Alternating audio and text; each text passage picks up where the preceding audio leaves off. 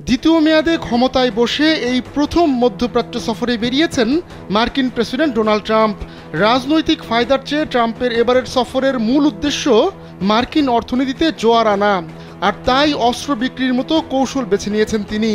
মধ্যপ্রাচ্যের দুই প্রভাবশালী দেশ সৌদি আরব ও সংযুক্ত আরব আমিরাতের কাছে এরই মধ্যে অস্ত্র বিক্রির অনুমোদন দিয়েছে যুক্তরাষ্ট্র। এখন এ নিয়ে আনুষ্ঠানিক চুক্তির পালা। গুরুত্বপূর্ণ এই সফরে মঙ্গলবার সৌদির স্থানীয় সময় সকাল 10:30টার দিকে রিয়াদে কিং খালিদ আন্তর্জাতিক বিমানবন্দরে পৌঁছান ট্রাম্প। তখন ট্রাম্পকে স্বাগত জানান সৌদি যুবরাজ মোহাম্মদ বিন সালমান।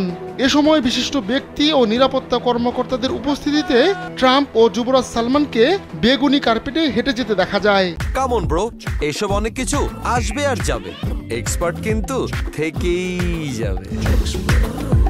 এর কিছুক্ষণ পরই বিমানবন্দরের একটি হলের ভেতর কথা বলেন দুই নেতা। তবে তাদের মধ্যে কি কথা হয়েছে সে সম্পর্কে কিছু জানা যায়নি।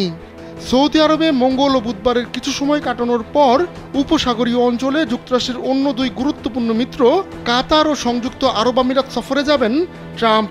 ঐতিহাসিক এই মধ্যপ্রাচ্য সফরে গাজা ও ইরান ইস্যুতে কূটনৈতিক তৎপরতার পাশাপাশি বেশ কিছু বাণিজ্য চুক্তি হবে বলে মনে করা হচ্ছে।